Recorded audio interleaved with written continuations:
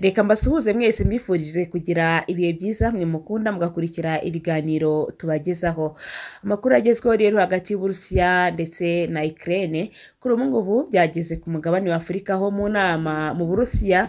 Perezida wa Senegal akaba n'umukuru w'umuryango w'ubumwe bwa Afurika Macky Sall yabwiye perezida w'icyo gihugu ari we Vladimir Putin ko abanyafurika ni inzirakarengane z'intambara yo muri Ukraine kandi ko Uburusiya bukwiye gufasha mu kudohora mu kababaro kabo Afurika ikeneye ibyo kurya.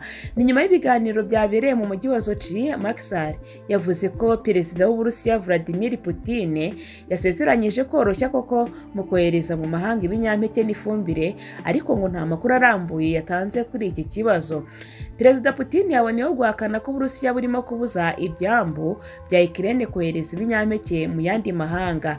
Ni mu gihe ibyo byose biterwa n'uko ingano zirenga 40% by'ibiribwa zose ngo zijya muri Afurika ubusanzwe ziba zavuye mu Burusiya no muri Ukraine. Ibi rero urumva ko byateje ibibazo bikomeye, ariko ngo icyambu cya Ukraine harimo n'ibyambu bitandukanye byo mu nyanja ya Black Sea ahanini byabujijwe kugira ibicuruzwa byohereza mu mahanga kuva intambara yatangira mu kwezi kwa kabiri muri uyu mwaka. Abategetsi ba Ukraine n'ibihugu by'inshuti zayo bashinja Uburusiya kugota ibyo byambu bakabuza ko hagira ibyinjira n'ibisohoka. Ibyo byambu bya Ukraine ikaba yarabitezeho n'ibisasu bya misile mu kubuza ko Uburusiya bwabigabaho igitero cyo mu mazi. I Geneve mu Busuwisi, uwitwa Amin Awad ni umuhuzabikorwa w'umuryango w'abibumbye ONU ushinzwe guhangana n'amakuba. Mu magambo yagize ati kudafungura ibyo byambu bizatiza inzara ndetse ahantu henshi cyane.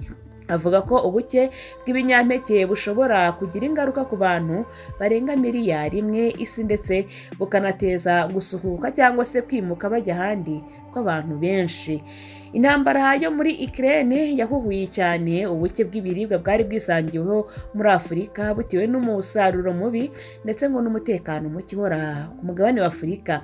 Ibiciro by'ibiribwa byaratumbagiye mu bihugu bya Afurika kuva Uburusiya bwagaba ibitero muri Ukraine mu minsi ishize, bituma abantu benshi byajyaga rero mu byago bakajya mu byago byo kwicwa n'inzara.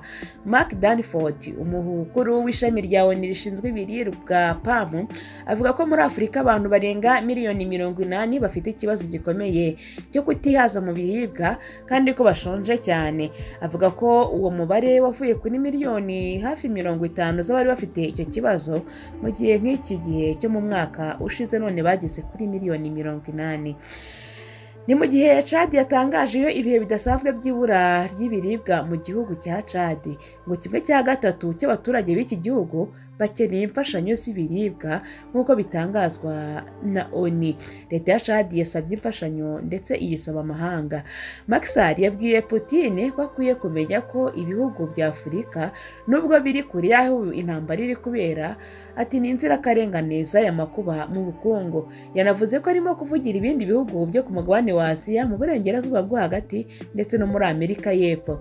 Perezida w'Uburusiya Vladimir Putin we yavuze ko Uburusiya bwiteguye gutuma habaho umutekano mu kohereza mu mahanga ibinyampeke byo muri Ukraine binyuze ku byambu byo ku nyanja ya Azov Sea na Black Sea bugenzura. Yavuze ko igisubizo cyiza cyane cyaba gukuriraho ibihano Belarus, inshuti ikomeye y'Uburusiya, kugira ngo ibinyampeke bishobore kunyuzwaho.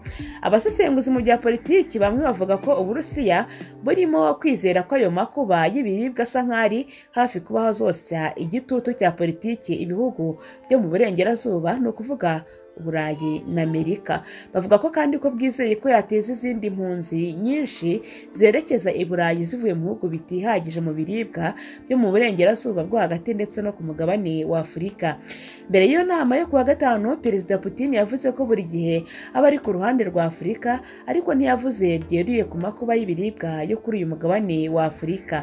Cyo kimwe n'ibindi bihugu byinshi byo muri Afurika, Senegal nawe yirinze kugira uruhande ibogamiraho mu ntambara yo muri Ukraine, ndetse Perezida Macky Sall wayo avuga ko kohereza ibiribwa bikwiye kuba hanze y'ibihano Uburayi na Amerika byafatiye igihugu cy'Uburusiya. Yavuze ko ibyo yanabivuzeho mu kiganiro yagiranye n'akanama k'Uburaya muri iki cyumweru.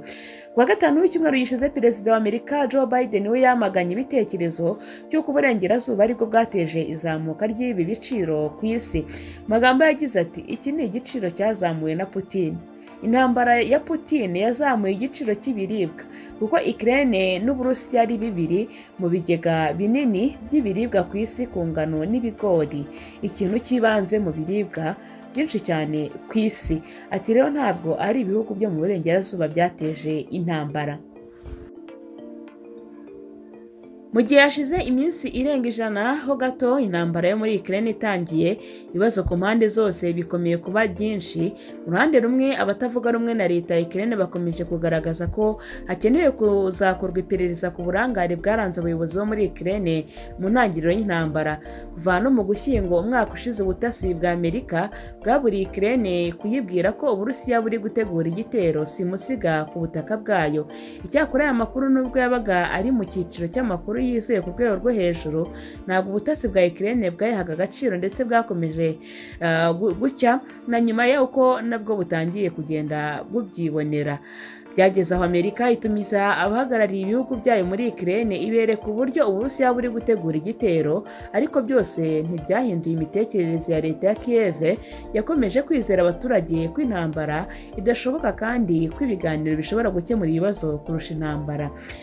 Depite Volodymyr Aliyev mu ishyaka ASP itavuga rumwe n'ubutegetsi muri Ukraine yatangaje ko hakenewe iperereza ku buryo ubuyobozi bukuru bwa Ukraine bwitwaye muri ibi bihe mbere gato y'ibitero by'Uburusiya bitangira.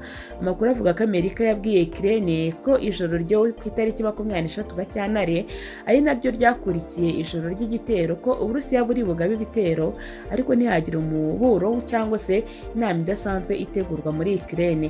Muri iryo joro Perezida Zelensky wa Ukraine yari mu rugo rwe n'umuryango we. Abayobozi bakuru ba gisirikare bari mu ngo zabo ndetse ngo hari n'abakanguye n'urusaku rw'imodoka zitanga umuburo zagendaga mu mujyi wa Kiev barebye mu makuru basanga urugamba rwambikanye.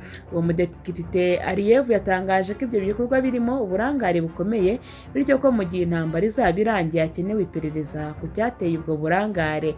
Amakuru kandi avuga ko nyuma y'uko Ukraine ibonye ko ibyayo byo guterwa biri kwiyongera, yari gutanga umuburo ku baturage bari mu mijyi ndetse ngo yari ifite ibyago byinshi byo kuraswa bitewe n'ibikorwa remezo birimo kimwe n'imijyi yo mu burasirazuba bw'icyo gihugu. Ibi ngo byari kugira uruhare rukomeye mu kugabanya umubare munini w'abaturage bagizweho ingaruka n'iyi ntambara, barimo abayiguyemo, ababuze uko bahunga n'abayikomerekeyemo bitewe n'uko batahawe amakuru kugira ngo babone uko bitegura cyangwa se ndetse babe banahunga. Reka nyasubikira ngaha dusubire mu makuru y'ubutaha.